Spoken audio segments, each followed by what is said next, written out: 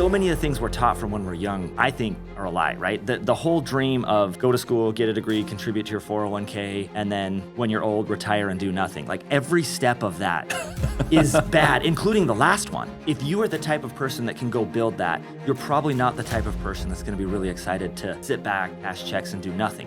Like God made us to grow, to build, to create. The thing that I love about life now is I get to do all of those things. I get to have ideas. I get to grow. I get to be a part of people's life. I get to make the people that work for me and our clients' lives better and feel that growth, that contribution, that everything else. If I had it to do over again, and if I was starting a business today, my goal wouldn't be growth, my goal wouldn't be massive revenue, my goal wouldn't be any of these things. It would be to build a business that was worthy as soon as possible to have a high-level COO in place. Because what I found is...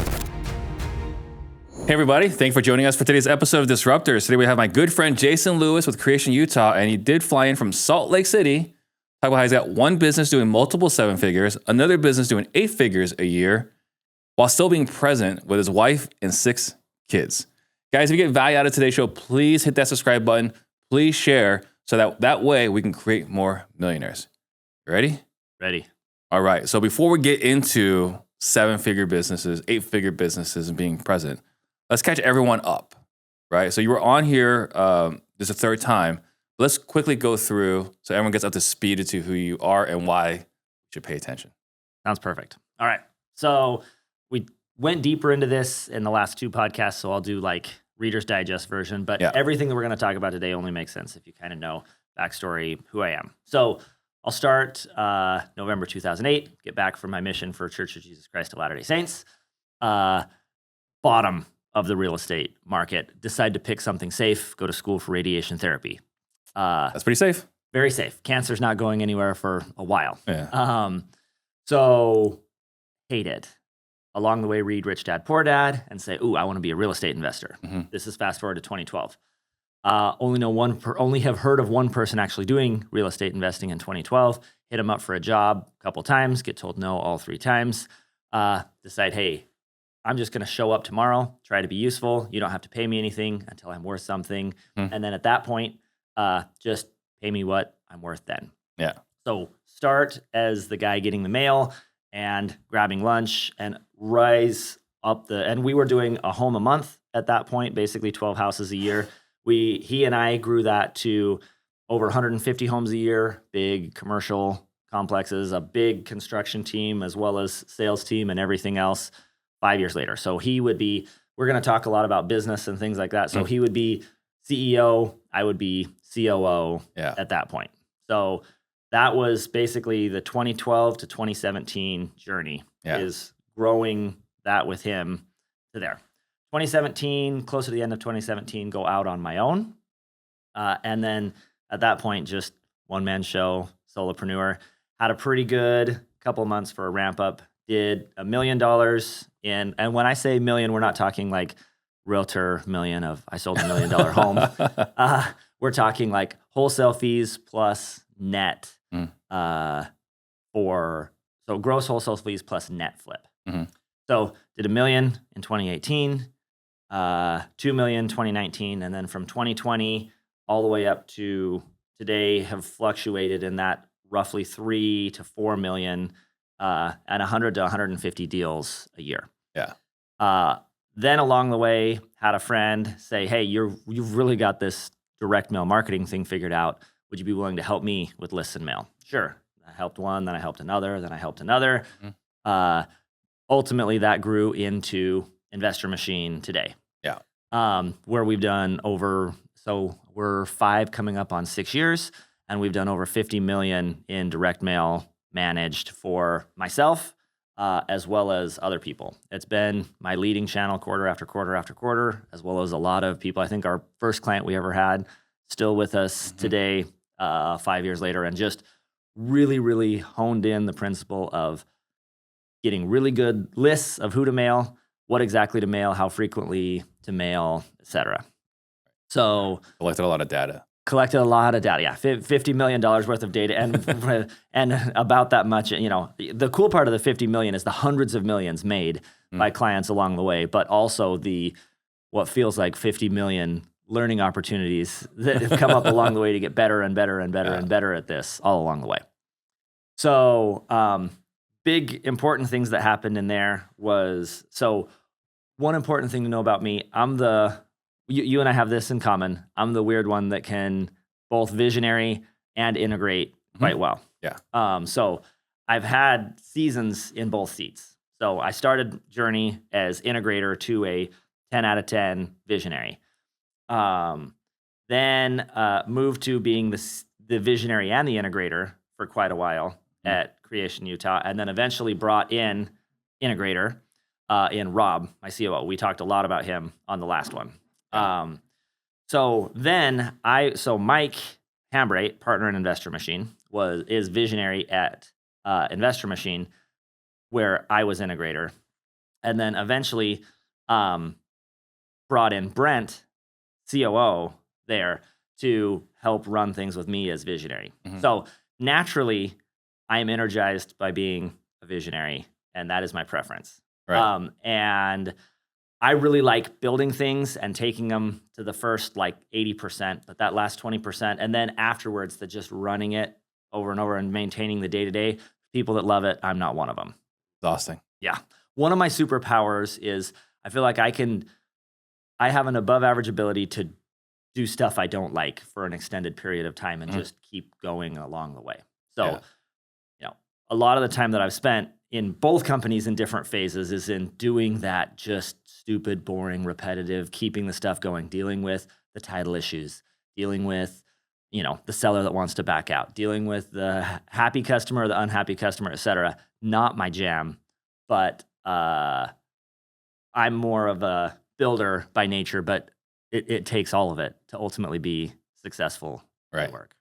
And one of the things that was important to me is having you on is you gave a presentation, I don't know, was it 6 months ago or 9 months ago at Collective Genius? Both. So I did small room 9 months ago on the belt, and then I got big stage for a workshop at the next one. Got it. And there were a lot of what's the word I'm looking for? Jabs in multiple different seats, particularly or specifically the COO and CEO seat. Yeah. Right. Because you've got to see both. You got to experience both. You can say here are things I don't like about the CEO seat as a COO, and here are things I don't like about the COO in the CEO seat. Right. So you got to talk about both. So, and this is also critically important because we're talking about multiple seven figures in one business, the wholesaling business, yearly. Yeah. Right. And then doing 8 figures in the direct mail business. So are we ready to break into that? Was there anything else you want to add as additional content? I think that's great. Okay. So becoming COO-able. That was something you kind of coined when we were at CG. Yeah. What does that mean? Yeah. Okay. So, and actually I'll take just a step back for why. So, when I got into the journey, it was reading Rich Dad, Poor Dad. And I bought all the way in, right? The dream life is to beat cash flow. Your freedom number, is that what it was? Yeah, passive income. Yes. Yeah. Get the freedom number, exit the rat race, and all of it, right? Which has turned out to be a little bit of a pipe dream for me, at least. I think it's been a pipe dream for a lot of people. Yeah, and keep in mind, I've done all of this stuff in real estate, right? And I have, a decent-sized rental portfolio. Now, granted, you and I share a disadvantage of we're in appreciation states more so than cash flow states, right? Yes. And I mean, I've had years where I've made 7 figures just in appreciation from my rental portfolio, right? Which is great. But in terms of cash flow, I have a really lot of equity, low interest rate, 20 plus rentals, rented at market rents and everything else. And last year it was, the amount of equity in there is in the millions and millions. And last year, I think I made 60 grand or something like that in total passive income from all of it, right? If you look at my return on equity, it's I'm not doing the math here, but it's shockingly bad. Now you still have the tax benefits, you still have everything else. I still like rentals. So I'm not going to completely destroy rentals, and every different market is different along the way. I like the tax benefits. I like the paying down the mortgage. I like all of that stuff. But I think it was the wrong vision.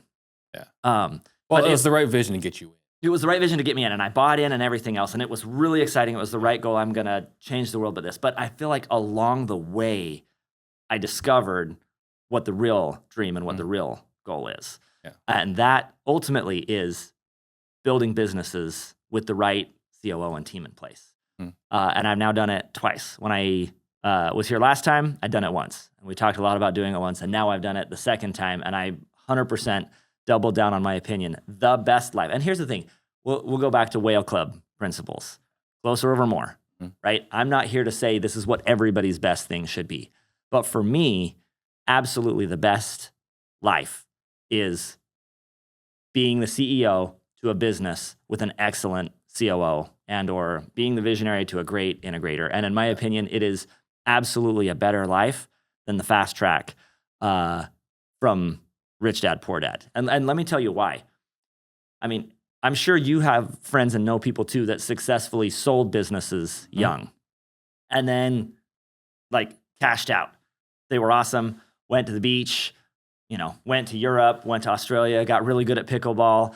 What happens 6 to 9 months later? Bored out of their minds. Bored out of their minds, and they're back, right? Like so many of the things we're taught from when we're young, I think are a lie, right? The whole dream of go to school, get a degree, contribute to your 401k, and then when you're old, retire and do nothing. Like every step of that is bad, including the last one. Yeah. Because most people, especially if you are the type of person that can go build that, you're probably not the type of person that's going to be really excited to sit back, cash checks, and do nothing. Like God made us to grow, to build, to create. And so the thing that I love about life now is I get to do all of those things. I get to have ideas. I get to grow. I get to be a part of people's life. I get to make the people that work for me and our clients' lives better and feel that growth, that contribution, that everything else. But because I have such great people, I also am here for this week on spring break. And in June, when my kids are off this summer, I've got a trip like every other week in July. And so I can insert myself as much or as little as I want to. In Utah, in February, that's a lot because I don't have a lot of hobbies in Utah in February. But in June, July, August, that's not a lot because the heavy focus at that point is the kids and my wife, and everybody's home for the summer and helping them grow and ultimately achieve their goals. So if I had it to do over again, and if I was starting a business today, my goal wouldn't be growth. My goal wouldn't be massive revenue. My goal wouldn't be any of these things. It would be to build a business that was worthy as soon as possible to have a high-level COO in place. Because what I found is everything else takes care of itself after that. What does it mean to have a business where you can have that? You can have a COO that takes care of it. What is that? Great question. So yeah, this comes to COO-able, right? Your business has to be COO-able, and you have to be COO-able. Business, first you have to be able to afford them. They're not inexpensive. But I will say this happens at all different phases, right? So if I'm a small person, like 1-2-man show, and I'm looking to go make this type of thing happen, I'm starting with a high-level executive assistant. Yeah. I read the book last year, Founder and the Force Multiplier, done by a realtor. And basically, this guy figured out how to make a high-level EA his integrator, basically. And you can get a lot of the way and a lot of the benefit just with that. You don't have to be 7- and 8-figure to go and do this. Yeah. So start with that. If you're a little bigger, then you're looking at more like rocket fuel type of books. So you have to be able to afford them. You have to be not crazy risky. You need to be, if the type of person you're looking for is reading a job ad and or you hit them up, are they going to be interested or not? And again, you have to start at levels.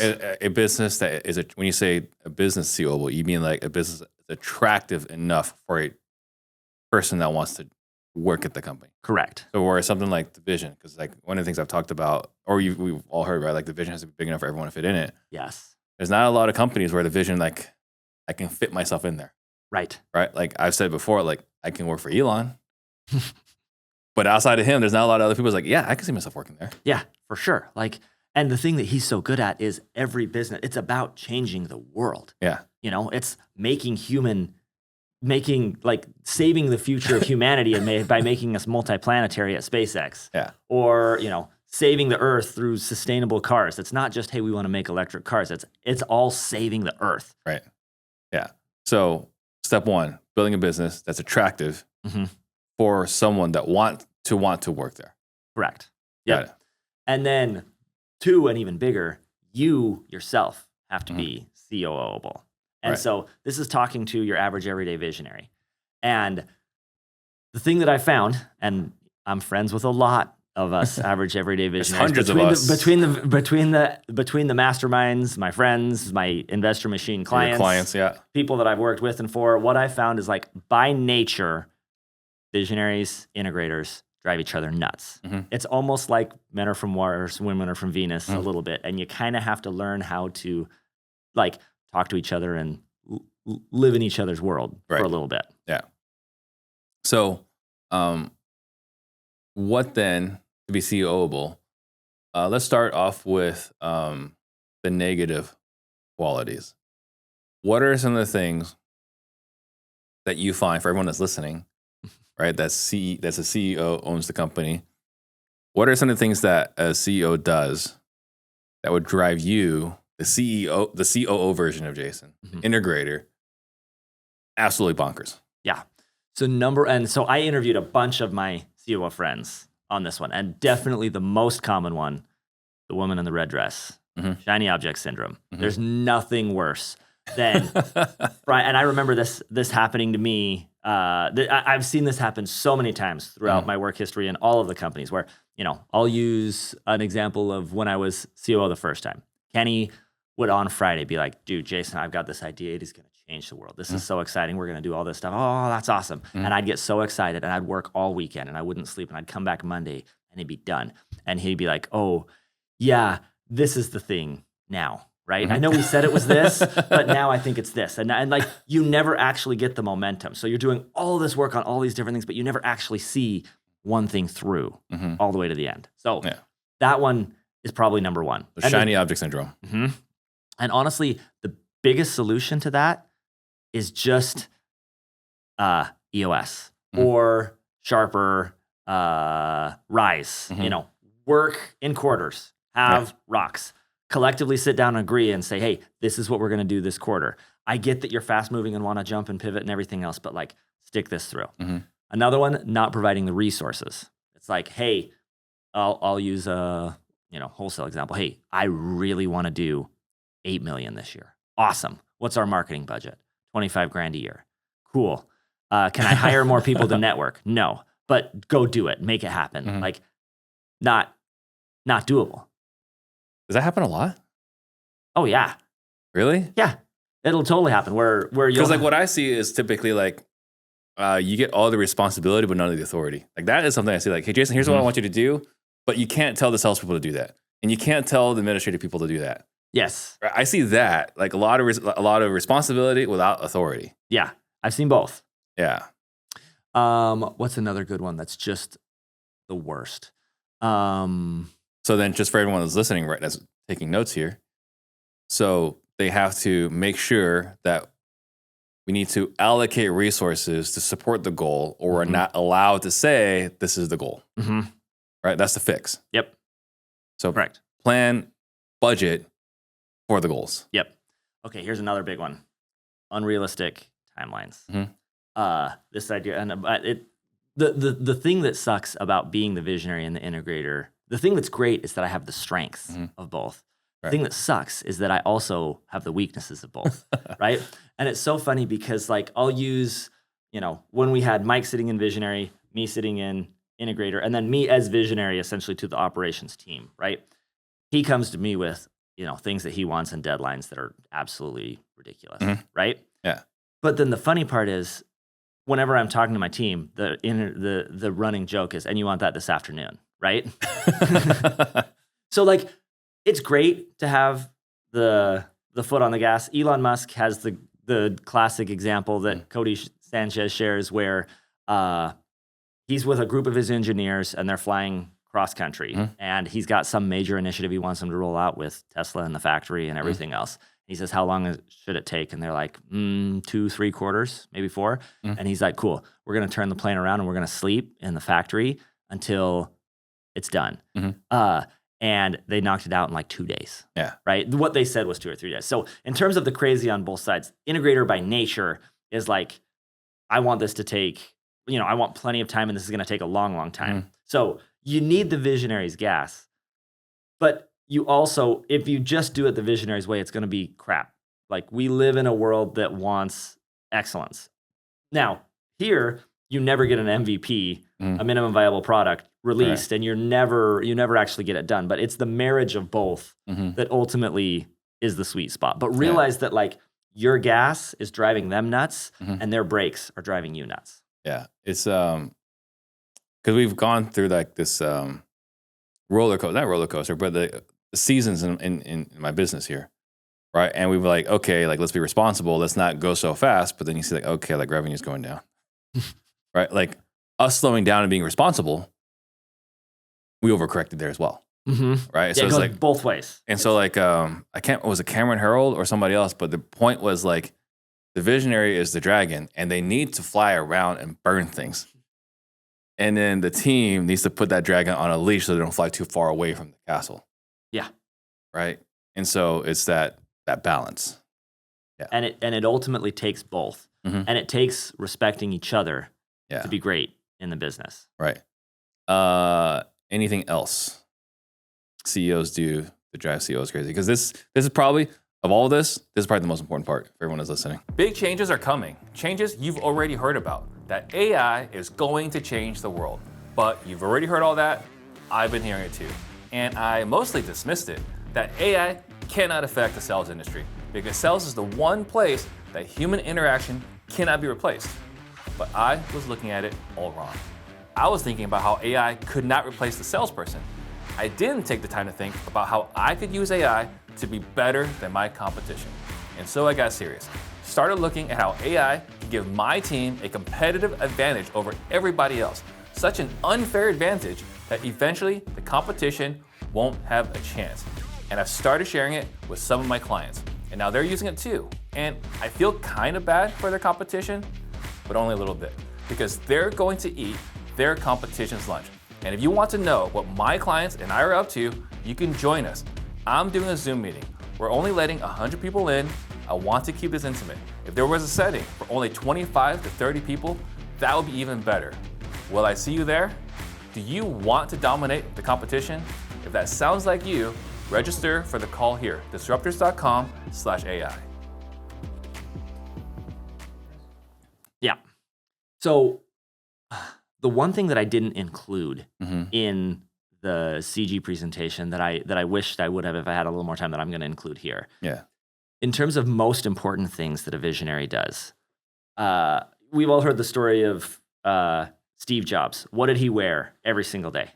Black turtleneck. Same black turtleneck. And why?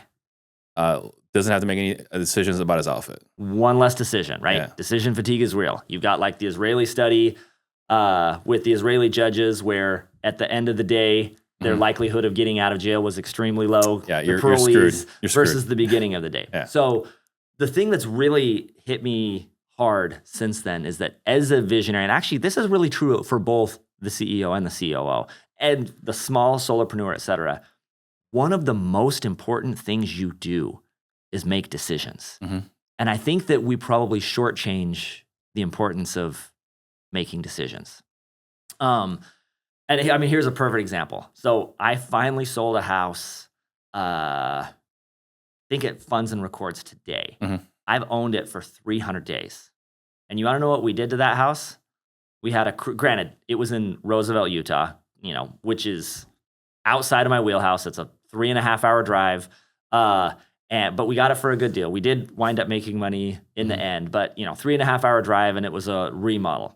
In the end, in those 300 days, we had a crew in there for like a week to trash it out, and then we turned around and sold it to our wholesale list.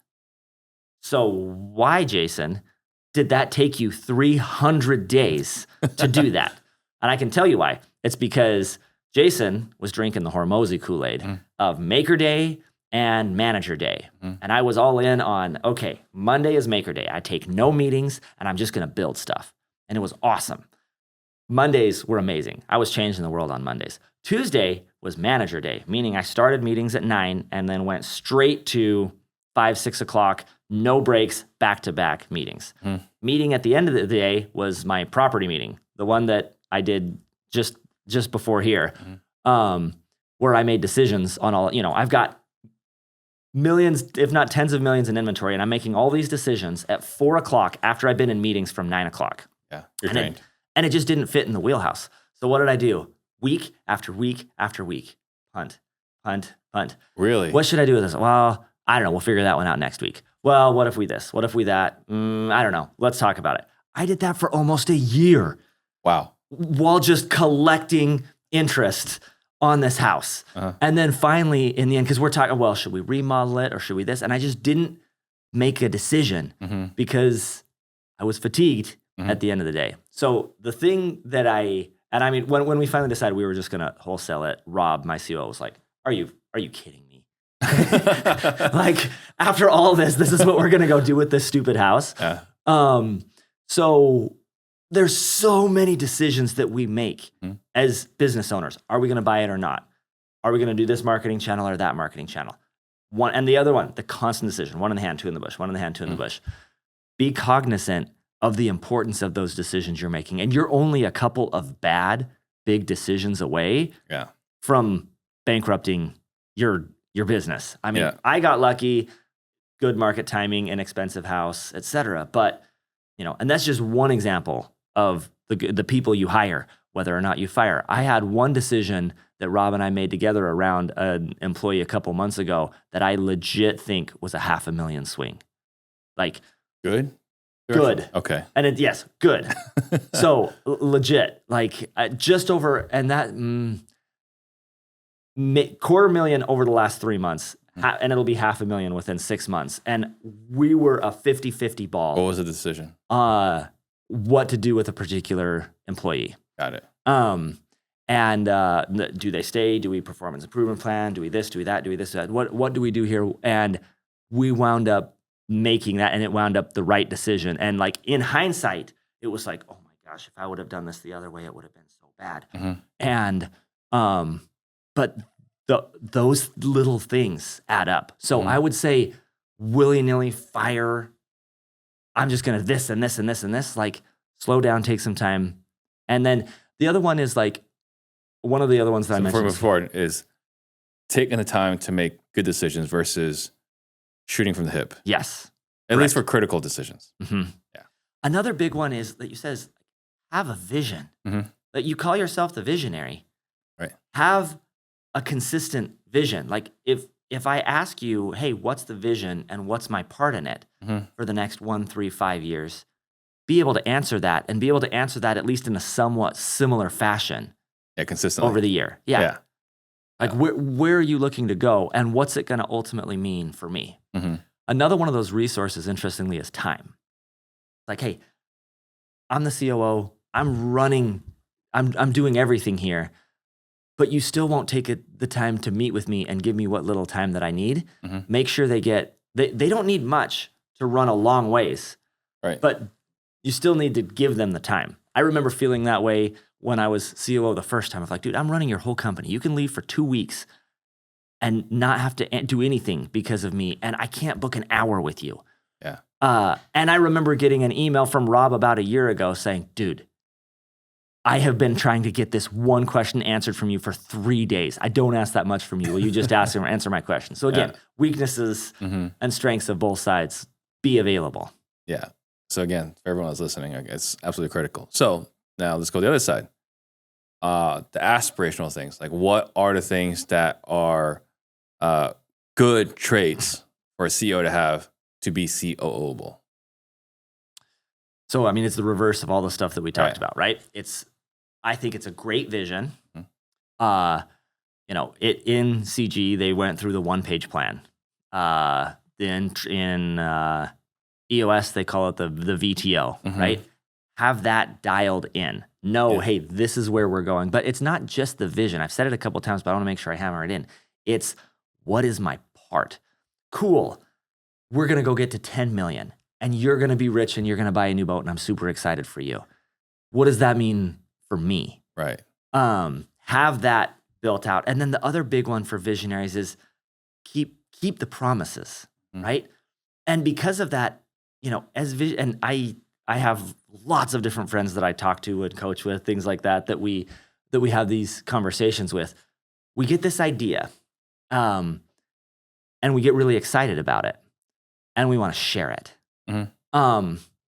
Not all ideas are meant to be shared very quickly, right? Mm-hmm. We don't realize the emotional ping pong that we're playing with people when we share these ideas. Like, for example, hey, and this isn't just for CEOs, this is for everybody. Hey, you're on my team. Hey, Steve, I've been thinking.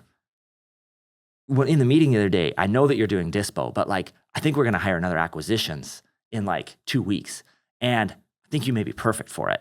And it's going to be awesome. It's going to help you reach all your goals. You're going to be making $200,000-300,000 a year. You're going to this, blah, blah, blah, blah, blah. I'm so excited for you. All this stuff. Get them so hyped up. Sleep on it. Next day, actually, Steve has the exact wrong profile for this. And he's actually doing great there. And I forgot that, I've got my other buddy, Ben, that I was tying up for this. It's fine. I'm going to go with Ben. But you don't realize that like Steve's done at this point. Like Steve has been through the emotional ringer. So like I call it the idea locker. It comes from, I think I shared, it comes from The Chosen. Fictional carrier, there's 2 different fictional Pharisees talking. They've seen Jesus at the Sermon on the Mount, and the one, his brain is just lit on fire, and he's got all these different ideas and things. But like being a super Jesus-friendly Pharisee was not chill back in the day. You had like the Pharisees, religious leaders, and Jesus was kind of the opposition. But one guy listened to him and was like, no, that actually makes sense. Yeah. So he's got all these ideas, and his buddy's like, let's just put these in a little like cool locker for a little bit before you go blow up your career. Let's make sure you really like it. I think the same thing applies to all of us as visionaries, is like, have that idea locker. Don't get your team, your CEO, or anybody else all excited about a thing that you're ultimately not going to do. If a week from now, the number of bad ideas I've had are countless, but that's because I have 100 ideas a week. That means if 100 ideas a week, let's call it 400 ideas in a month. 2 of those might be good ideas. Yeah. But you need all 400 to get to the 2. But if you're running all 398 through everybody, like they're not wired the way you are. And vomiting it all over them is not fair to them. Yes, exactly. So like, just let it chill for a little bit. Anything from changing role, and just think like the things that would be emotionally charging to people, like things around pay, future, bonus plan, role change, things like that. Yeah. Things are going to affect things at home. Yes, exactly. Money, especially. Right. Okay. So nothing additional as far as like aspirational qualities CEO needs to have. Leadership is ultimately the big one, right? Be a great leader. These are the things that if I'm one of the smaller investors in our audience, maybe I don't have a big team. That's a skill that you've got to learn if you want to come and do some of the similar things that you and I've done. You need to be able to attract and retain talent and better. And people ask me, what's the difference between a person doing 10 deals a month versus 50 versus 100 versus 200? Consistently, it's just the difference in the level of the team they have, which they're going to hit. The team you have is going to hit the ceiling of who and where you are. So the more you grow personally, the higher level team you have, the better the results ultimately you're going to get. And it's cool to see it across the masterminds and the CG room. So, and again, just for everyone that's, we touched in the beginning, but like, this is the things you've learned. We got one company doing multiple 7 figures. That one already had a COO. And then one right here is doing 8 figures, recently hired a COO, which we probably should go through after this, the journey in finding a good COO. So let's talk about the COO, who probably isn't listening, right? So we can be as mean as we want about the COO. So what are the things that we don't like? As a CEO, what are the things that COOs do that can drive the owner crazy? Perfect. So number one, I call it the P in the Cheerios.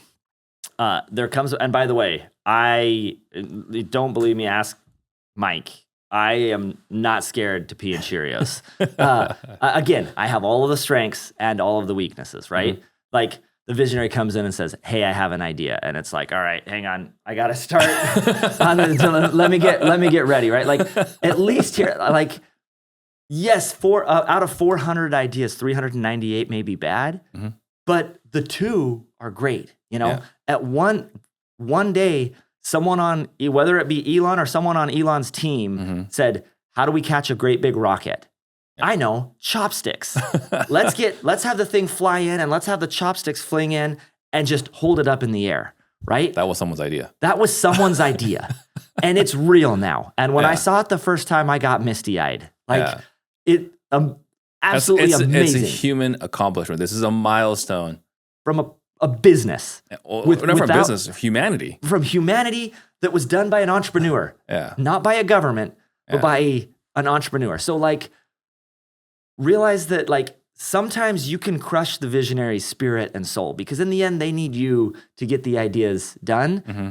And we get that you're overwhelmed, and we get that my favorite title for COO is Chief Pooper Scooper. Mm-hmm. That is whether you be integrator, operations manager, whatever. Like the day-to-day is just full of crap. Yeah. Every day there's some problem, something going on. 4 disciplines of execution calls it the whirlwind. Mm-hmm. And you can get completely consumed in the whirlwind, and it's a full-time job. And we visionaries don't give the whirlwind nearly enough respect. Mm-hmm. But if we just live in the whirlwind, we stay exactly where we're at for forever. Yeah. So hear out the visionaries' ideas, help them scrub it out, help them take it to the finish line, and then work with them in a framework to say, okay, these ones are later. We can go and do these ones now and ultimately work in and on the best things. Yeah. Okay. And I think one of the things I do personally, one of the things I enjoy about the team I have is that I can have the ideas and I say, okay, guys, like which ones are the good ones? Which ones are the bad ones? Yeah. Like here are all the ideas. Which ones should we actually do something about? Which one should we just like, all right, that goes in the opportunity column in Asana. Yep. Yeah. We call that quarterly planning. Yeah. Well, I just did it with both companies last week and the week before, where you sit down and this is where Jason gets to fill out the whiteboard. Yeah. This is everything. Here's every idea that we could possibly do and everything that's inciting. And we beat up every different one. And then we say, okay, these are it this quarter. And don't worry, Jason, we'll get to the other ones. I mean, you and I mean, did I not, when we were talking right before this, I was like, oh, that was one that I wanted. And it's going to be on next quarter. I'm just sure of it. It's going to be on next quarter's rock. Right. I can't do it this quarter unless I want to personally see it all the way through without using any company resources, which will never happen. Yeah. But it's going to be next quarter, and I'm really excited. Yeah. Okay. So what else? What are other unattractive qualities from COO? The reverse side of the speed. Brakes. I don't want to do anything. I think we talked probably enough about that one. I would say another one is like the COO has a lot of control because all the people typically report to them. They're typically the one doing the one-on-ones and everything else. And it's almost like this, like hiding them or like, there's like a which way do you face type of thing too. Not being unified. Like I want to be good cop and I'm going to make visionary bad cop. Don't worry, I'm here with you team versus the two of you working in unison and being the leadership team. Yeah. I've done that varying levels of good and bad. Rob and I do that extremely well, and Brent and I do that extremely well at this point. Where the team basically knows there is no mom and dad. If I get an answer from Rob, it's the same answer I'm going to get from Jason. If I get an answer from Jason, it's the same answer I'm going to get from Brent. Right. So what we're saying here is don't play both sides. There's the CEO and a COO is one team. Yep. And that's kind of like, I remember specifically from the 5 Dysfunctions of a Team, right? It's like, great book. Right? Like the marketing is like, no, you're not on team marketing. Yeah. You're on a leadership team and you speak for the leadership team. Like you got to go and support the marketing team, but you're on the leadership team, not the marketing team. Yeah. And that's kind of what you're talking about here. One of the most impactful books I read last year, that team you're on before the team you lead principle and everything in it. Yeah. At Investor Machine, we had years ago a struggling, dysfunctional leadership team. We all read it, we figured it out, and now life is much better. Person's not there, or that person made corrections. Both, depending on there were some that made it and there were some that didn't. Yeah. Gotcha. Okay. So make sure CEOs watching this probably enjoy that. You're on the same team. Yes. Okay. What else? What are some other?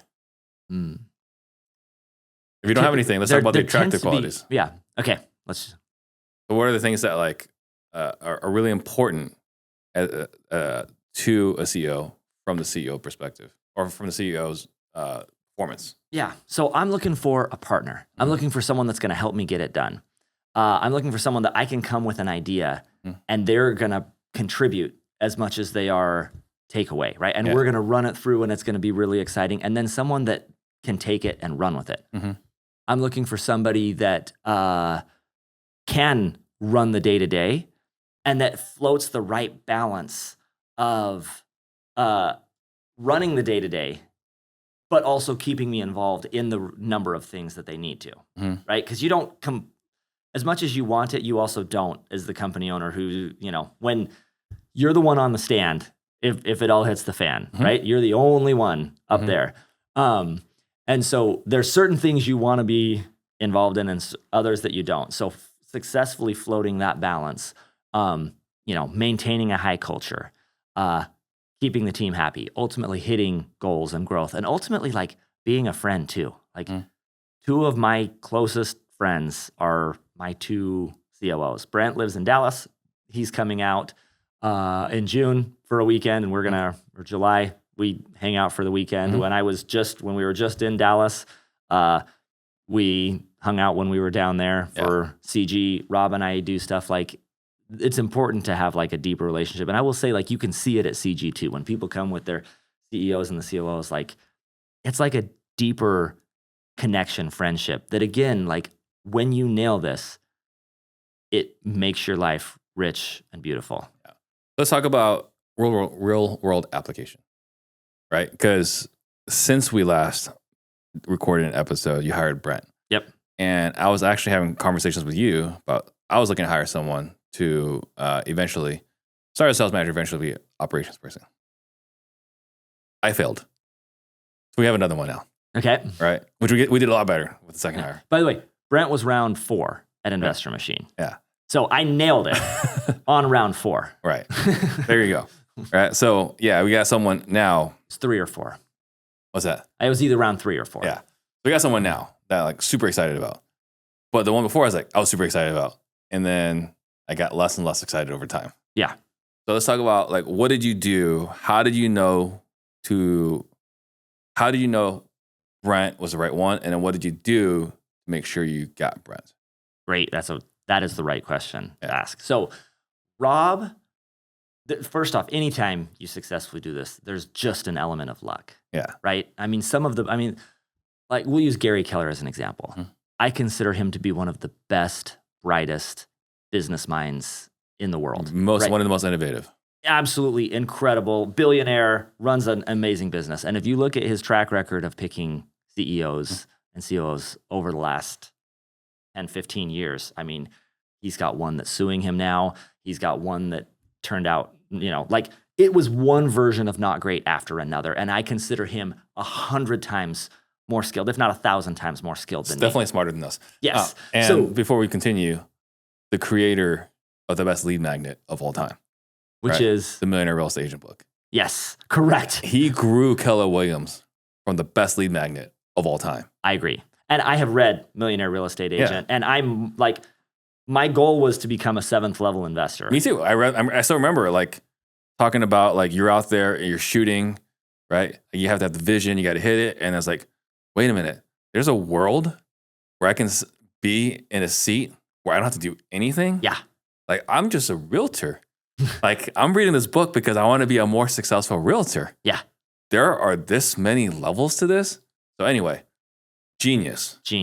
That book, the one thing, multiple of his books are just as good as it gets. Right. And I had a Maps business coach, which is owned by Gary, for 7 years. So yes, big fan of him. But if Gary Keller can strike out that many times in a row with his budget and his resources, I'm not saying it's all skill. I got the absolutely element of luck. So Rob, I would say, was luck too, in that he started as acquisition manager, was a great hire, and frankly, a way better hire than what I deserved at that phase of the business that I was in. I mean, I think Rob started with me in late 2018, 2019. No, I think it was January 2020, which is like the business was still small. And he, older than me, came from McKesson, fifth or sixth biggest company in America. And he not only was an amazing acquisition manager, but he also coincidentally had the attributes to grow into becoming a great COO. I didn't have predictive index. I wasn't doing disc monitoring. Like it just like that one was luck.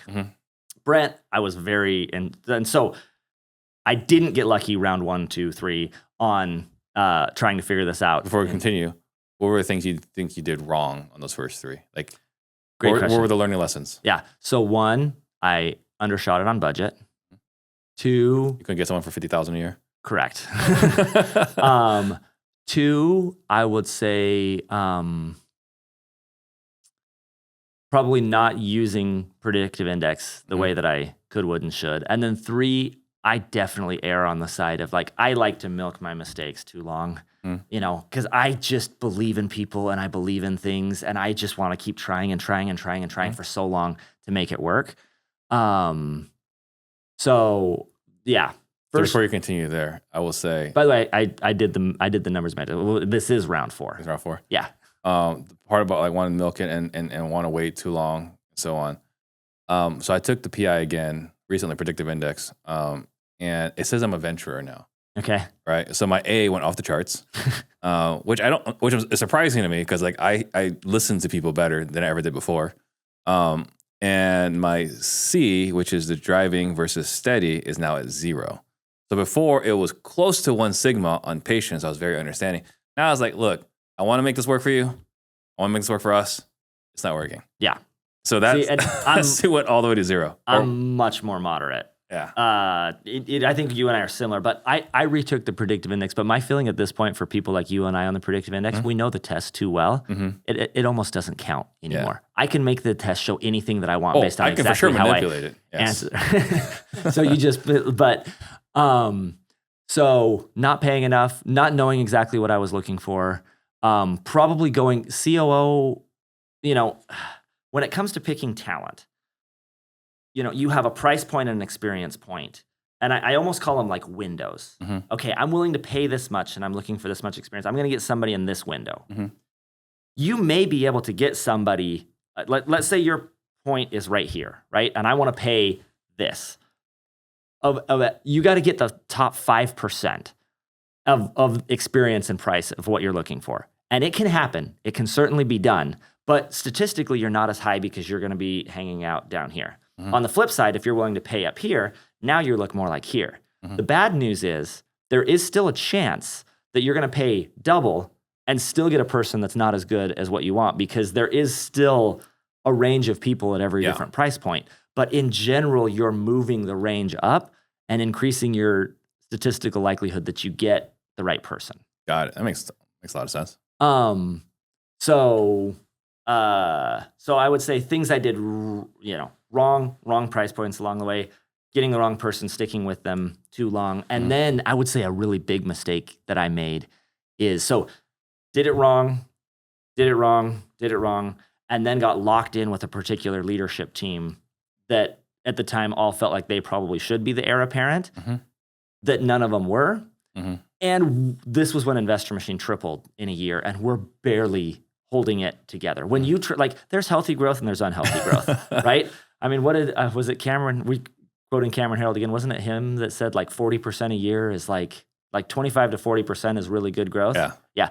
300% is nuts. Yeah. And it's cool to say. It's not that fun to live. I mean, we've talked about like Darren Hardy is someone we both look up to, and the thing that I still remember what he talks about is like more businesses die from indigestion than starvation. Yeah. And we were one key person of a number of them leaving away from complete implosion at Investor Machine for a long time. So I basically was like, I have to be the one, because I lose any or all of these people if I bring in an outside hire, and none of these people are the one. So then we had the whole dysfunction of a team thing that we talked about, and everything else. And then once things stabilized, cleared out a lot of that, kept the best, and at that point was able to bring in somebody outside. But I was very intentional about it. So before we continue, I think we should just hit, there's a traumatic memory that you and I have along the way. I believe, if I remember correctly, this is around the time also, because I remember I was talking like, how are you doing? You're like, this is like a bad time right now. And I believe we were talking about this as we were going to watch the Bucks game. Yes. I'm really glad the Bucks game story is making it onto this podcast. One of the worst decisions we ever made. Yeah. I told my neighbor about this decision walking back from dropping my kids off at the bus last week. So I still haven't gotten over this. Yeah. So we are in Tampa. Yep. For Collective Genius. And we happen to get a bunch of people are like, hey, let's go to the Bucks game. Monday night. It's a Monday night game. Let's all go to the Bucks game. So a bunch of us went. And so we go, and it was just an awful game. It was a bad, like Tom Brady could not. And this was Tom Brady's last season. Yeah. Could not complete a pass. Right. And I mean, I still remember like him throwing an interception right at the middle linebacker. I was like, man, like he's done. Yeah. He's done. And so I think end of the third quarter, we're like, we already know leaving the stadium is a disaster. Like we know this, we've been told this. That first mile takes an hour. And that was when we left before the rush. Yes. We left, but it wasn't end of third quarter. It was like halfway through the fourth quarter. Was it halfway through the fourth? And I think they were down like... They were down 13. Yeah. They were down 13, and we're like, okay, it's over. Let's just head back, beat the rush. Yeah. And as we ordered the Uber, we're just like, we hear this cheer. I was like, no, please do not make this comeback, right? And we were sitting in the end zone where the comeback was happening. Yes. Right? We had good seats of the end zone, right? And so, so we hear this. It's like, oh, all right, well, let's watch this. Let's turn it on, watch it on our phone, or taking Uber. We watched on my phone in the back of an Uber, heading to Clearwater. Yeah. And we're watching it. And so there's the first touchdown, which we can hear the crowd noise. And then, we're in the Uber while we're still waiting for sitting through traffic, whatever. It's like, he had 2 fourth quarter touchdowns to win the game. I think the one was in our end zone as time ran out. Yeah. It was his last season, the GOAT, all of it. Yeah. Yeah. So and anyway. Yes. Very traumatic. You were, I think, down at the moment because we were talking about like your hiring situation, and then it was not good. And then we rubbed this whole deal with the with the GOAT situation. Yes. So today's podcast is brought to you by motivatedleads.com. With them, you can get $300 worth of quality local leads sent exclusively to your inbox by just mentioning my name. I've used them, and they're one of the best producers of solid seller leads on a local level. And they fully guarantee the leads that they send you. To get your $300 free credit, just head over to motivatedleads.com, hit the claim your area button, and let them know that I sent you.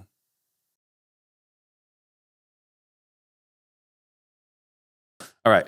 So we've figured out the turmoil here. We stabilized it. Now we're on a mission to find a COO? Yes, and very intentional. Like my one thing is find a COO. And so I read every book there is to read on this. I read Founder and the Force Multiplier, which is more talking about executive assistants. I read Cameron Herold's Second in Command. Great book. I read Rocket Fuel. Anything that I could read, and I just like learn absolutely everything I can to become like, what is the master of this and who exactly am I looking for? And I put the time into figuring out all of these different things. Who exactly am I looking for? Yeah. Then pay a recruiter. One of those expensive, we're not talking post something on WiseHire. We're talking the ones that's sending people messages on LinkedIn. So pay a recruiter. And we wound up getting a number of good candidates, but wound up settling on Brent. And I mean, things that Brent did before he worked with me. You know, Dickies Pants? He was their VP of marketing. They were dying. He started a marketing campaign that took him from a dying brand to selling for $900 million. From there, he went to a fund. They buy big apartment complexes. And they had, and when when at their peak, he took them all the way up to a multi-billion-dollar fund as the COO in that case. And then after that comes here. That's that like proven talent. And he's been awesome. But I will say it still takes time. 2024 was still it getting him fully up to speed and running and everything else. So we talk about the track record, which is obviously critical. What about the intangibles? What do you think you need for a COO that you said, okay, he's got these attributes that we require for this role? Yeah. I mean, it's all the stuff that we talked about, you know, as well as core value alignment. Somebody that's going to do things right, someone that's interested in growth, someone that's willing to work really hard, someone that is going to work with a team, high emotional intelligence. Another big one, if you're going to report directly to me, you and I have similar profiles, you have to pick it up quick. If somebody can't, you know, you absolutely can have a lower COG score and learn slower and work in my organizations. It's okay. Just not directly for me, or I'm not going to go over it enough times for you to. Right. It's a drag on you. Gotcha. Anything else about Brent or hiring? I mean, I didn't, the recruiter was one arm that I had, but I mean, I had gone, speaking of Keller Williams, I'd gone fully into their hiring process, and their hiring process is amazing. I had, you know, sent everything out on my social media. I had called people to say, hey, who do you know that might be interested? I'd reached out to my network. I had the recruiter. I had a job posting. You name it. I had done it all. All points bulletin. Yeah. Gotcha. Okay. And then, you know, as we're talking about this, you know, we're talking about the importance of a COO, and there's a couple different parts. One's being an attractive enough business, but the other part is being a good enough leader. One of the things, I've said this before on the show, is that there are a lot of gurus out there that get a really bad name, right? They're like, well, they don't really do it. They don't know what they're talking about. Like, they're just coaching. They're just selling education. And I have a hypothesis, I suppose, that the reason why they're just a guru and never someone that does it is because they're missing this piece. I would agree 100%. Right? Like, they never hired the guy that can go implement it. Like, they have this idea that I have to be the one that implements and executes. It's hard to implement and execute. It is. Right? Because it takes a couple different things. You and I are both blessed that we can do it, right? But it also takes the willingness to just eat crap. It's terrible. It's not fun. Right? And so I think, like a lot of the gurus, I think the reason why they don't make it is because they don't want to go through a season of eating crap so that they can get not necessarily a COO, but like the right executive assistant, the right operations manager, and then eventually the right COO. Because like, you watch what these guys spew online, it sounds pretty good. It's hard to tell, I would think, on the outside looking in, that these guys are just frauds. They sound like they know what they're talking about. They just can't get it done. Yeah. Yeah. I think it's a difference in reality too.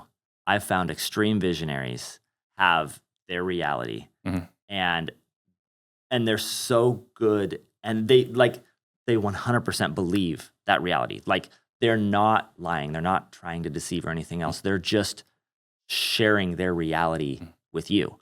Right. And it doesn't necessarily matter in this case that their reality is not real reality or have anything to do with it. You think they're a little, not hallucinatory, but disconnected from reality?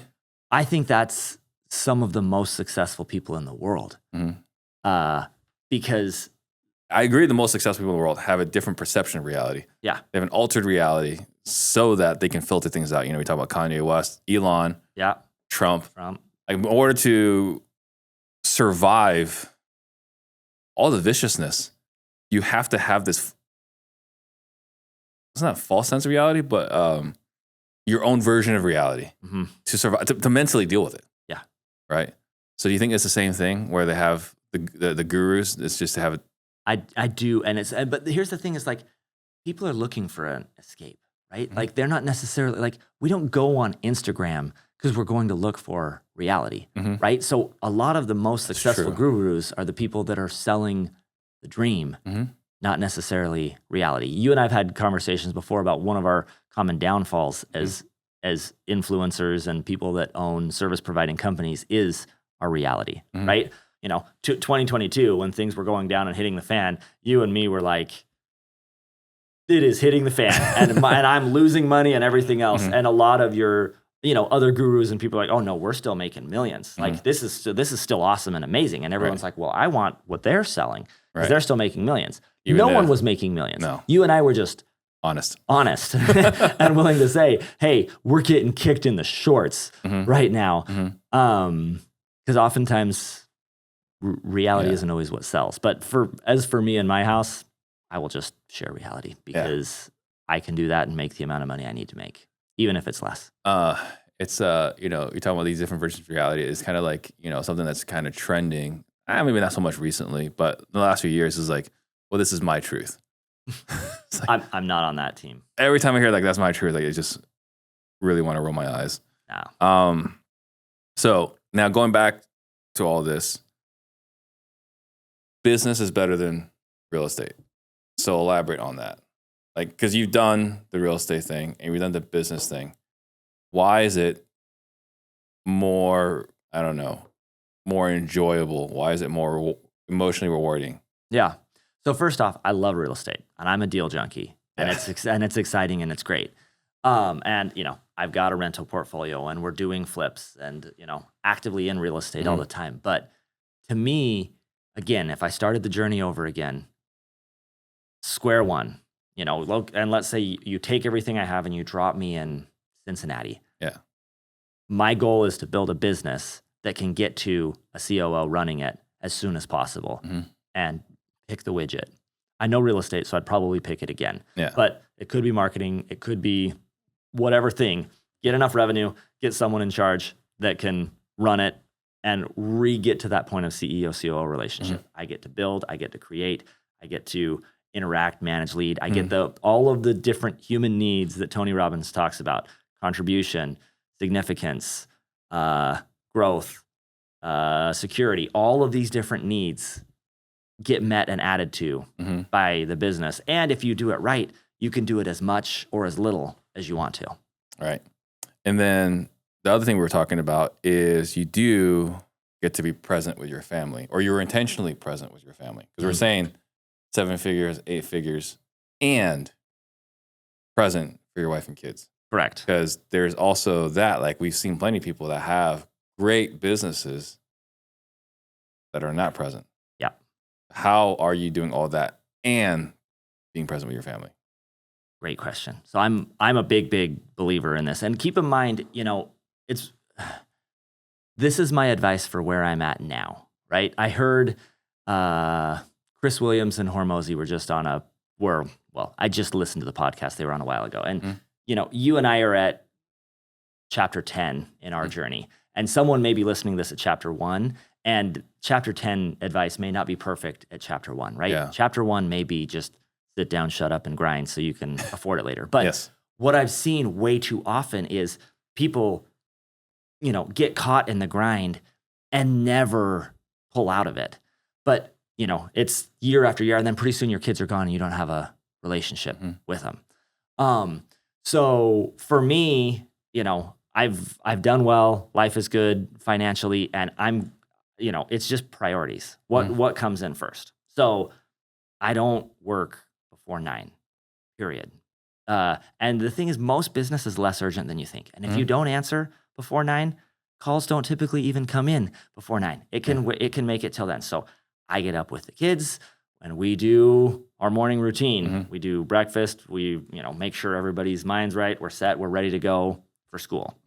I don't work weekends, and I'm off anywhere between earliest 4, latest 6 every single day. Evenings, focus on the kids, and I do. So every Friday night, so I have 6 kids. Every Friday night is date night with one of the kids, with either me or my wife. Every Friday night, date night with one of the kids. We do rotating, and either my wife or them, and they get to pick. What are we going to do? We do dinner. Well, funny enough, my 7-year-old twins, both of them, it's the Maverick gas station. We go get burritos and hot dogs from the gas station and a bag of chips. Literally, we'll go to what restaurant do you want to go to? We're going to go anywhere. It's 7-Eleven, basically, where we go. But are you saying it's with the wife and the kids, or one of the kids? So one parent, one kid. Okay. Could be me or my wife. Then Saturday night is date night, me and my wife. Got it. We shoot for a monthly overnight, the two of us, and then try to fit multiple vacations in a year or two. But then I take and apply the same principles from business to home too. We have a family mission statement. We have 1, 3, 5 year visions. Each of my kids, of the older kids, has a vision board basically that shows this is what I'm looking to do and be. This is the school I want to go to. This is the type of person I want to be when I'm married. And then we have it broken down into, based on the vision, what are the goals for this quarter that we're doing as a family and that each of us are doing individually. All those same things apply. The scariest book I ever read was The Millionaire Next Door. It's boring, but fascinating and terrible. It talks about, it's like a research project on millionaires, which is where you learn that they're not driving Bentleys. They're typically driving F-150s. Jeep Cherokees or Jeeps. They're driving Jeeps. Jeeps, the most reliable car. Full-size American-made cars was their go-to. But the scary part is first-generation millionaires' kids, by and large, don't turn out super well. Yeah. I'm not going to be that guy.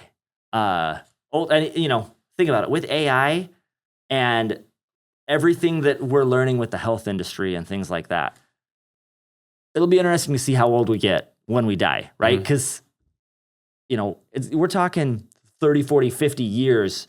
And at the rate at which the health industry is moving, it'll be interesting to see how long we die. Like in terms of leaving kids an inheritance when you die, no. The inheritance for your kids is the time while you're there. Are you teaching them and helping them ultimately grow and become who you are? And I think, there's that whole book about 18 Summers, right? There's that. But then there was something that I can't remember, it was published like a year and a half ago, something along the lines of like, by the time, when the kids leave the house at 18 years old, 95% of the time you're spent with them has been spent. Yeah. And really by the time they're 13 or 14, 95% of the time they're going to listen to you. Yeah. It's about done too. So we got those challenges as well. This is that window for me. My oldest is 12, turning 13 in a week. And then I got the 5 and 5 years down to 7. And then 1-year-old, like, I'm in the thick of it, and a business needs to grow a little slower along the way. The family stuff has to happen first. But again, coming back to the COOs, because of the amazing COOs, Investor Machine, we just added 20 clients in the last 2 months, and our clients are getting some of the best results we've had. We've got more first month, because that's always the goal. There's nothing that feels quite so good as starting a new marketing channel and getting that contract in your first drop or in your first month. For sure. I actually just partnered with a friend in Orlando, and I'm the money for the market. I've never done this before, but just once I was like, you know what? I'll spend the money on the marketing. And we got a deal on like our 3rd week that covers the next 4 months of marketing. And it's like all gravy from here. So like Investor Machine is doing awesome. I just had my 2nd best month. We did just shy of $250,000 last month in Creation, Utah. So like they're doing great. And here's the other thing, coming back to our previous conversation, for a business to do great actually doesn't require that much from the visionary. I think most visionaries do too much. Yeah, screw things up. They do more, yes, like, hey, do the few parts and things we talked about need to happen. But honestly, some of those things happen best on vacation. Yeah. Like coming up with that next idea may happen better tossing a ball with a kid. We talked about presents. That's the part that I'm still working on, presence-wise. might happen while I'm tossing the ball with the kid. And so, don't come in and overdo it, screw stuff up, come up with more ideas, and try to like over-optimize. So that's the beauty of getting this done, right? Is it can be done without having to have a crazy amount of work life. Look at Elon. Look at everything that Tesla's doing and SpaceX is doing, and the Boring Company's doing, and Starlink. Twitter, and Starlink. X and XAI, and all of these companies are doing all of these things, and he's spending most of his time in the government, right? He's got Doge going. It's no one talks about his right-hand person. I forget the guy's name. But he's that one right-hand person. Yeah. Who makes sure everything's coordinated. Which I think is a tragedy. But that's the nature of things. The right-hand person never, I mean, you don't hear as much about the Steve Wozniakis. No. Or the, all of the number twos along Cameron Harold, only because he wrote a book about being a COO. Right. Not because he was the COO. Exactly. Yeah. So one thing, because I think that you and our friend Stephanie Betters has this problem. When clients are upset, you take it very personally. True. So how are you handling that now with distance? The balance. Yeah. It's just distance. Yeah. It's just anybody being upset. I'm not really excited about the takeoff list calls from mailers that I sent. Like if I listen to a group of, F you, you're the worst person ever for sending me a mailer, I don't feel great. When, if for whatever reason we can't get a contract moved and we have to cancel, horrible, right? Right. Wrecks me on the inside. Just distance. So just not making it to you? Is that what it is? So like, let's say. I'm aware of it, but I'm not in it and a part of it. I now have the account manager who is, all my account managers are US based. Great. Awesome. Then there's the director of account management who came from that same billion-dollar fund company that was overseeing, investors of multi-millions of dollars and had like 20 account managers under her, like her capacity, what I have her doing here. Same thing with Brent, COO, his capacity, what I have him doing here. So I have people are extremely well taken care of. I have to, the only way I can not be a part is if I know you're going to be extremely well taken care of. So there is an awesome account manager at Investor Machine, an awesome account manager, a director of account management, a COO, all of whom are every bit or more equipped as me to take great care of you. And then I still hear about it and know, but I'm not directly But they take better involved. care than Jason probably ever did. Yeah. At this point. Yeah. Especially at follow through. Yeah. All right. So then, we haven't really touched a lot on Investor Machine. We talked about it a little bit, but you manage 50 million plus in ad spend, in marketing spend. What is Investor Machine for those that have not watched the other 2 episodes? Hey, Disruptors. I just want to share that myself, as well as about half of the people on the show for Disruptors, are members of the Collective Genius Real Estate Mastermind, also known as CG. Now, I've been a member of the Collective Genius for well over 4 years now, along with about 700 other top-tier real estate investors that flip a combined over 50,000 homes per year. And I've personally made a ton of money and developed some deep, personal, lifelong friendships there. If you want to look behind the scenes of what it's like to be an esteemed member of this organization and how it's helped me scale, please check out cgmastermind.com. Yeah, great. So Investor Machine is how I do mail. So, in the quarter, I said we did. So I undershot how we did last month. I think it was actually a $500,000 month.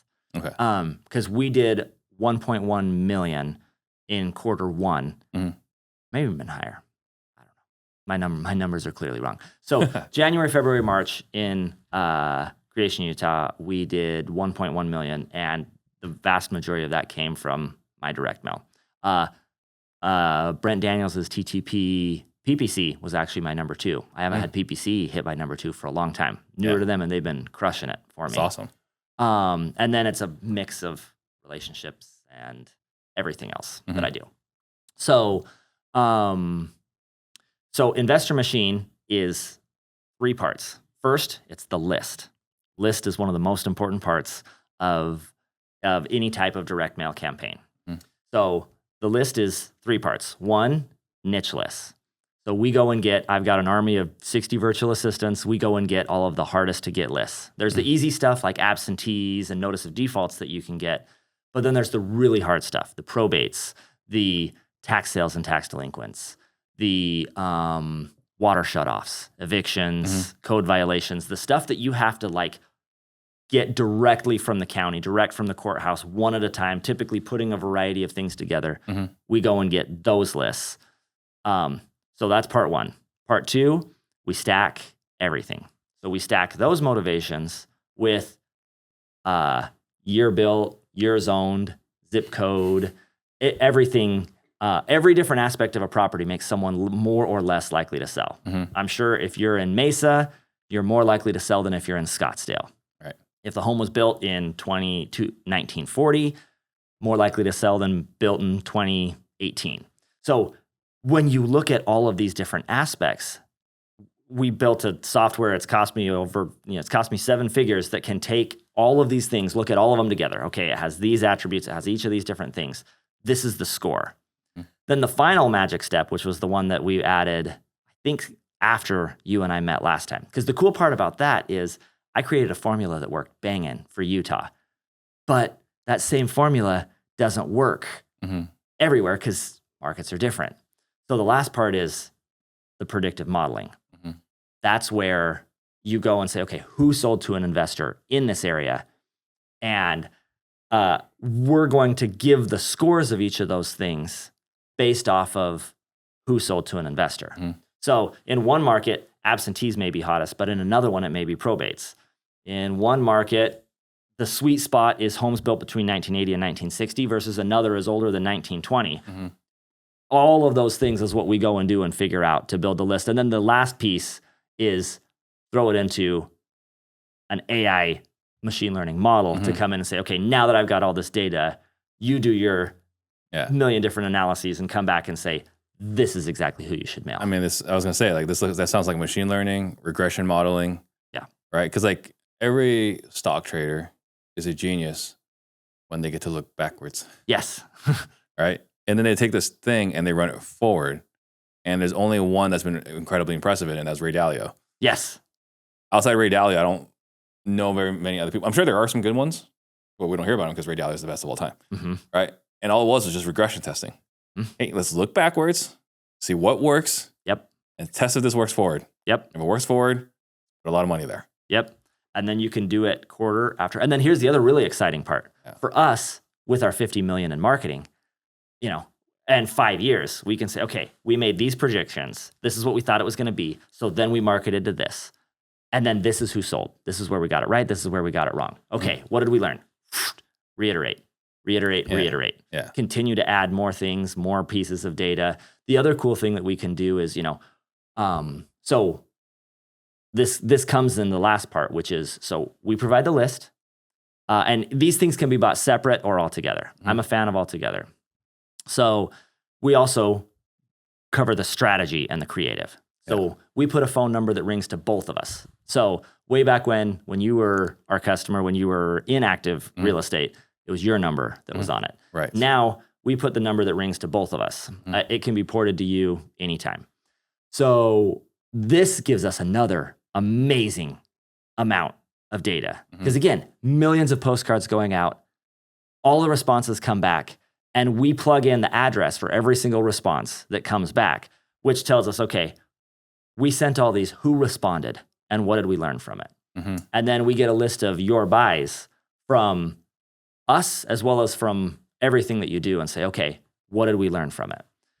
And across all of our customers, we're running split tests on almost all of them as well as each other. So we're saying, okay, in this one, we're testing this versus this. We're testing, names. On this one, we're testing colors. On this one, we're testing the check letter versus a postcard. These things, we're testing all these different things, taking and learning every single month. And it's crazy, the stuff that we know. Yeah. Like I can tell you a female name performs better than a male name and substantially better than a company name. I can tell you how each different color performs on the exact same creative. If you make it this color, it's going to do better than if you make it that color. Wow. All the way down to, every different, where you put wording, whether or not you address their motivation on there. The amount of detail and things that we know is awesome. And the one thing I learned from it is from all the stuff that we talked about, the thing I consistently learn over and over again is that my gut is not always right. I created a postcard that I was so proud of. I paid creative writers to write it. I paid graphic designers to do it. And it was perfection. I shared it at a CG one time, this amazing postcard that I had, and I had tons of members using it. Now that we actually have the data, it's in our 3 worst performers of every piece we've ever sent. What was the piece? It's just like a little white postcard. It's got a picture of you and or your team, and it's focused entirely on just, we're going to buy fast. It's written in pen with consistent font and consistent color throughout it. It's all about authenticity, but also like, I thought it blended all of the best of what we had. And for whatever reason, America doesn't like it. And there's no market exceptions. I can't even say the East or the West. But now across the board. Across the board. A massive rejection. Yeah. So, that's the cool part is, you get to lean into a system that's proven. And for me, that's as much of the benefit as anything else. Yeah. Even like I've been through a cool health journey the last little bit. Believe it or not, I've actually lost weight intentionally because it was lose weight to then bulk up. I've known the principles of diet and exercise forever, but I got a specific health coach that was like, hey man, just do exactly what I say and you're going to get this journey and it's going to take you this long. And I trusted him and I did what he said. And I've seen incredible changes in my body already. And I feel great. And we're right on track to exactly where I'm looking to go. Even though, I've known not do this and do this since I was like 12. Yeah. It's not rocket science. Yeah. But there's just a power in, hey, I've got you. I'll guide you through this. I'll help you. We'll listen to, so we even listen to people's calls as well to make sure they're doing their part too. To say, hey, you're coming up a little bit short on your, just even the main one that we track is just answer rate. It's amazing how many people struggle with just answering the phone. Yeah. Gotcha. So if someone wanted to find out more about working with Investor Machine, how would they go about that? Investormachine.com. And simple enough. And if they mention Steve Trang, I'll give them 30% off sign-up fee. Just for you. Nice little bonus there. That's right. All right. Well, thank you for that. Let's see here. We didn't talk about, I'm curious, with Brent and yourself, did you look into Working Genius at all? I did the Working Genius one time just because I was interested, but I haven't gone deep into Working Genius. Yeah, I was just curious to see if you've played around with that because that's something that I've been really gung-ho on. We use predictive index, but now I won't hire someone without also taking Working Genius. Yeah, it's I think I listened to like a summary of the book again just like a month ago. Yeah. It's interesting. I just haven't gotten as into it as you have. Yeah, it's just it's an excellent predictor of like their behavior. Not necessarily behavior, but what part of the work they love the most. Because if you hire someone that galvanizing, which is like motivating people, is their frustration zone, and you put them there to manage salespeople, they're going to burn out, right? And so like it's just figuring out, or like you don't ever want to put someone that's got no invention in them. I think in the COO seat, not to say they need it, but if it's a frustration zone, invention is where we like resourcefulness comes from. Like, hey, we have a problem here. It's like, oh shoot, I better call Jason. That won't work, right? So anyway, just curious to see how that you looked at that. So wrapping up here, what is a message you want to make sure that everyone walks away with today? I think I'd probably come back to closer over more, which is figure out what you want and get really clear on that and go work for that. Yeah. I see so many people get caught up in just pursuing relentlessly more. But when you get clear on what that is, just make the choices that are going to help you get that. One of the things you've heard me say all the time is track net, not gross, right? That's because what I want, net revenue. I work for net revenue. I don't work for 200 deals or, hey, I want everybody at CG to think I'm cool because I did all of these things. I just don't care. I want net revenue and increased net worth in less time so that I can spend it with the family. And a lot of my life now is like, I just want life to be good. I want to wake up and enjoy my everyday. I'm here in Phoenix on spring break this week with the family. Yeah. My goal that I'm working towards is when I'm getting on the plane on Friday, I want to be as excited about going back to my day-to-day life as I was about coming here for spring break. Yeah. I've been there. I'm getting close to back there, but that's my big goal right now is just so excited about my day-to-day life that I would never leave. And the biggest contributor to both of those is the COOs. Right. If somebody wanted to connect with you, how would they best go about doing that? Friend me on Facebook. And then I think I'm on Instagram as well. I'm growing both of those. So we just brought in a awesome marketing guy at Investor Machine that's going to help me get Steve Trang level. Okay, not huge. Steve Trang level. That was over. I grossly overshot that. Work my way up in terms of actually having a better social media presence. You're going to be really excited if you're my Facebook friend. So far, I post 4 times a year, but I think we're gonna ramp that up. We're gonna finally know more about Jason. Potentially. I've committed before. I haven't seen that one. I haven't seen that one through. Because I've heard you promise it before. I think even in the last podcast, I think you promised it. That's not surprising. So when you see it is when it'll happen. Perfect. All right. Thank you so much. Thanks for coming on. Thank you guys for watching. See you guys next time. Thanks, everyone. Jump on the Steve Trang. Disruptors.